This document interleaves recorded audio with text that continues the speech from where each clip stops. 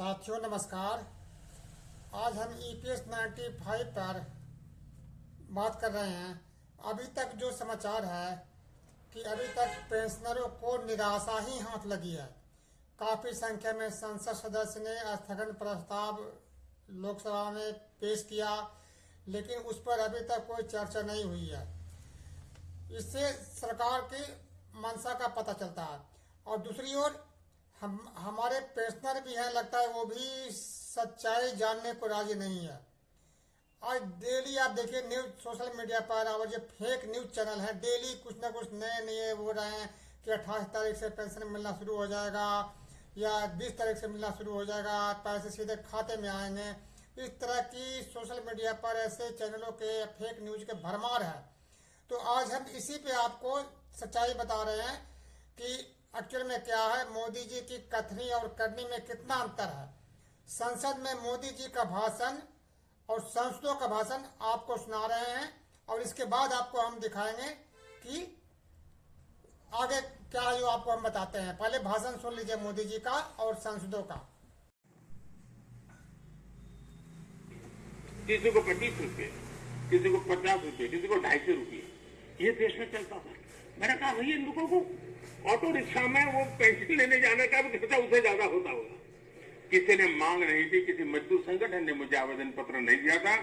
माननीय अध्यक्ष जी, उसमें से बाहर ला करके मिनिमम 1000 रुपीज देने का निर्णय हमने किया था। किसी ने मांगा नहीं।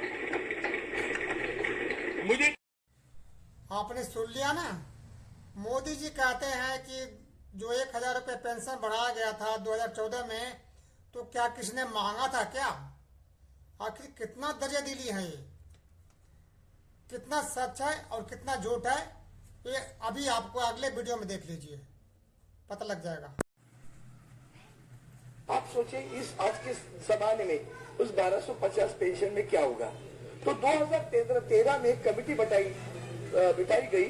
उस कमेटी में कोश्यारी जी साहब चेयरमैन थे, हमारे प्रकाश जावड़ेकर साहब थे। उन्होंने सिफारिश कर दी कम से कम रुपए 3000 और डीए पेंशन वो, और ज्यादा से ज्यादा 7500 रुपया हो। फिर भी 2014 में हमारी सरकार आने के बाद उसका अमल नहीं हुआ। दरम्यान ये सारे पेंशनर्स लोग कोर्ट में गए। सब चेयरमैन साहब कोर्ट में, बहुत सारे राज्यों के कोर्ट ने इनको मान्यता दी थी। किसी ने कहा हायर पे पर भी पेंशन दे दिए, तो लोगों को 22-22, 30-30 हजार पेंशन मिलने लगी। लेकिन EPFO उन्होंने उसका अमल नहीं किया। अब इस बीच में सुप्रीम कोर्ट ने दोनों इक्वल कॉन्ट्रीब्यूशन करने के लिए कहा, कर्मचारी का उतना और कंपनी का उतना। उसको भी किसी ने समर्थन नहीं किया, EPF ने विरोध कर दिया। 2016 में माननीय सर्वोच्च न्यायालय ने पेंशन पाने के लिए जो मूल वेतन की मर्यादा थी उसको निकाल कर सभी को पेंशन दे दे, ऐसा निर्णय दे दिया। दुर्भाग्यवश आज तक उस निर्णय का अमल नहीं हो रहा है सर। आज EPS पेंशन के फंड में 2,77,000 करोड़ रुपए जमा है सर, इतनी राशि है। और अनक्लेम राशि तो 25,000 करोड़ के ऊपर है। इसलिए मैं आपके माध्यम से प्रार्थना करता हूँ, माननीय प्रधानमंत्री जी भी इससे अवगत है कि ये बड़ा दुर्भाग्य कि करोड़ों लोग उसके लिए आज भी इंतजार कर रहे हैं 1200, 2-3,000 रुपए पेंशन मिलने के लिए। तो करीबन आज अभी एग्जाम्प्टेड लोग 84 लाख है और दोनों मिलकर 1,71,00,000 लोग हैं। इस उम्र में स्वास्थ्य के विषय बहुत होते हैं और महंगाई भी बढ़ गई है। मैं आपके माध्यम से प्रार्थना करता हूँ, ये सरकार जो अच्छे कदम उठाती है, ऐसे तेज कदम उठा रही है, इन बुजुर्गों के लिए मैं हाथ जोड़कर प्रार्थना करता हूँ। ये विषय बहुत सालों से प्रलंबित है। हमारी हेमा मालिनी जी आज नहीं, उन्होंने भी विषय लेकर प्रधानमंत्री तक गई थी। जल्दी से जल्दी इस पर निर्णय करो और बुजुर्गों को न्याय दो। उनको मैन्युअल 2016 की सुप्रीम कोर्ट ने जो पेंशन कही है उतनी पेंशन तुरंत लागू करो। पेंशन के बारे में बात की 50% पेंशन, अभी भी हमारे पुराने लोग हैं वो पेंशन के लिए तड़प रहे हैं। उनको जो मिलती है पेंशन वो 1,500, 1,200, 1,300, कितने सालों से हम बोल रहे हो यार, पेंशन नहीं बढ़ रही उनकी। किसको दे रहे पेंशन आप? गवर्नमेंट सर्वेंट तो अभी रहे क्या गवर्नमेंट सर्वेंट? हमारे संसद महोदय लोकसभा में यह बता रहे हैं कि कोश्यारी कमेटी ने 2013 में ही 3,000 मिनिमम पेंशन करने के लिए सरकार को सिफारिश कर दिया था। हैं।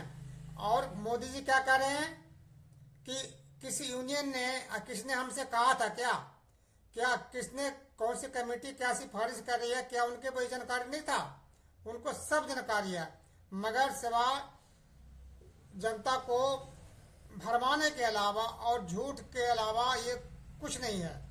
आगे मोदी जी कहते हैं कि वो सरकार क्या जो जनता को आचिका करना पड़े, मांगना पड़े। ये वीडियो भी अब मोदी जी का सुन लीजिए आप। मांगा जाए तभी सरकार काम करे, वो वक्त चला गया। ये लोकतंत्र है, ये सामंतशाही नहीं है। हम लोगों ने लोगों की संवेदनाओं को समझ करके हमने सामने से देना चाहिए। नागरिकों को याचक बना करके हम नागरिकों का आत्मविश्वास नहीं बढ़ा सकते हैं। हमने नागरिकों को अधिकार देने के दिशा में आगे बढ़ते रहना चाहिए। नागरिक को याचक बनाने से नागरिक का आत्मविश्वास खत्म हो जाता है।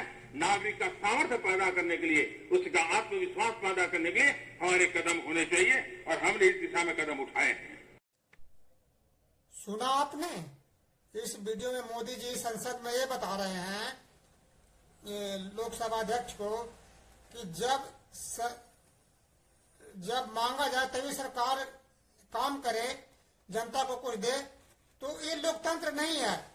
लोकसभा में कितनी सफाई से मोदी जी कह रहे हैं, कितना दरियादरी दिखा रहे हैं। यहाँ पेंशनर 10 साल से मांग कर रहे हैं मिनिमम पेंशन की।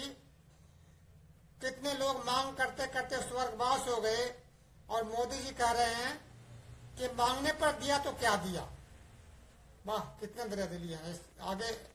आगे ये हमारे कमांडर रावत जी जो क्या कह रहे हैं उनको भी तो सुन लीजिए। उनको भी विश्वास है मोदी जी पर कि पेंशन जरूर बढ़ेगा। वो भी वीडियो आपको हम दिखा देते हैं, फिर आगे हम चर्चा करेंगे। मैं आपको बता दूं, बीजेपी मार्च 2014 में बीजेपी के प्रवक्ता प्रकाश जावड़ेकर जी ने सोशल मीडिया पे कहा था, यूट्यूब पे क्लिप अवेलेबल है, आप देख सकते हैं, कि इन लोगों को अगर हमारी सरकार आती है तो इनकी मांगे हम 90 दिन में पूरी करेंगे। आज 10 साल हो गए तो मांगे पूरी नहीं हुई। तो जब हमने आंदोलन खड़ा किया तो आदरणीय प्रधानमंत्री जी ने हमसे 2 बार बुला के हम आधा घंटा बात की, और वो भी इस पक्ष में है कि 4 मार्च 2020 और 5 अगस्त 2021 आधा घंटा मुलाकात हुई। आदरणीय हेमा मालिनी जी ने इनिशिएटिव लिया था, उनके द्वारा हम प्रधानमंत्री जी से मिले, आधा घंटा चर्चा किए, दोनों बार आधा घंटा, और उन्होंने विश्वास दिलाया कि आपके मुद्दे में दम है, आपकी बात सही है, मैं आपका प्रधान सेवक हूँ, मैं आपका काम करूंगा। अब वहां से थोड़ी स्पीड पकड़ी है और अभी जो अलग अलग मंत्रालय है, अलग अलग विषयों के हैं, तो वो सब अभी एक साथ बैठेंगे। प्रधानमंत्री जी की अगुवाई में ये काम हो सकता है, क्योंकि अलग अलग वित्त मंत्रालय इसमें है, श्रम मंत्रालय है, पीएमओ ऑफिस है, वो इंडिविजुअल डिसीजन नहीं ले सकेंगे। हाँ बिल्कुल है, संपर्क में है, अपडेट तो नहीं है, मतलब ये सत्र में होना चाहिए, ये हमारी मंशा है और सरकार से आपके माध्यम से विनती भी है। विश्वास तो दिया है, मंत्री जी ने कहा है, 2-3 बार कहा है क्या काम करेंगे, तो हमें आशा है कि जब मंत्री ने कहा है, प्रधानमंत्री ने कहा है, तो होना चाहिए। और ये लोगों की संख्या कम नहीं है, इनकी संख्या तकरीबन देश में 30 करोड़ से ज्यादा है, तो इतने लोगों का भविष्य इफेक्ट हो सकता है, और इतने लोग इस विषय में अपनी सहानुभूति रखते हैं, और इतने लोग ये संघर्ष को देख रहे हैं, और सरकार ने जो आश्वासन दिए वो भी देख रहे हैं, तो इसका मतलब होना चाहिए। कामों के कायल है, ये कोई पॉलिटिकल ऑर्गेनाइजेशन नहीं है, एक सामाजिक संस्था है, सामाजिक कार्य कर रही है। हमारे यहाँ पे सभी पक्ष पार्टी के लोग हैं, सभी जाति धर्म के लोग हैं, तो उसमें कोई दो राय नहीं। हम सब जो सरकार ने अच्छे काम किए हैं उसके हम कायल हैं, हम उसके लिए उनको बधाई देते हैं। लेकिन अगर हमारे पेंशन कमेटी के जो अध्यक्ष अशोक रावत जी हैं, उनको मोदी जी पर पूरा भरोसा है। उनका कहना है कि पहले भी बजट से पहले भी हमने वित्त मंत्री से, श्रम मंत्री से बात हुआ है और पेंशनर जरूर बढ़ेगा। ये अच्छी बात है, हम भी चाहते हैं कि इस दरियादिली मोदी जी को इस वर्ष बुद्धि दे और हमारी पेंशन बढ़ा दें, लेकिन नहीं तो हम लोग को संघर्ष के लिए आगे कदम बढ़ाना ही पड़ेगा, क्योंकि सरकार जो अभी तक जो आपने वक्तव्य देख लिया, कुछ कहने की जरूरत नहीं है। उसे साफ पता चलता है कि सरकार के करनी और कथनी दोनों में फर्क है। तो पेंशन लेने का अब एक ही रहता है, पेंशनरों का सरकार पे दबाव। लेकिन मुझे लग रहा है कि पेंशनर भी सरकार के ऊपर दबाव नहीं बना रहे हैं। अभी दिल्ली में चुनाव हुआ, कितने 1-8 लाख पेंशनर तो दिल्ली में भी होंगे, मगर उन्होंने किसको वोट दिया, ये अभी रियल साहब को पता लग गया कि कहाँ वोट दिया था। तो हमें सरकार के खिलाफ संघर्ष करना पड़ेगा और इसलिए हमें सभी पेंशनर को बिल्कुल एकजुट होने की जरूरत है। और अपने स्तर पर हम तो सभी से अनुरोध करते हैं कि सभी अपने अपने स्तर पर क्रियाशील रहिए। और पेंशन तो इसको आज न कल मोदी जी को बढ़ाना ही पड़ेगा, चाहे हंस के बढ़ाएं या रोके, बढ़ाना ही पड़ेगा। लेकिन हमें संघर्ष के लिए तैयार रहना पड़ेगा। दोस्तों, वीडियो को लाइक करिए, सब्सक्राइब करिए और आगे बढ़ाइए। जय हिंद।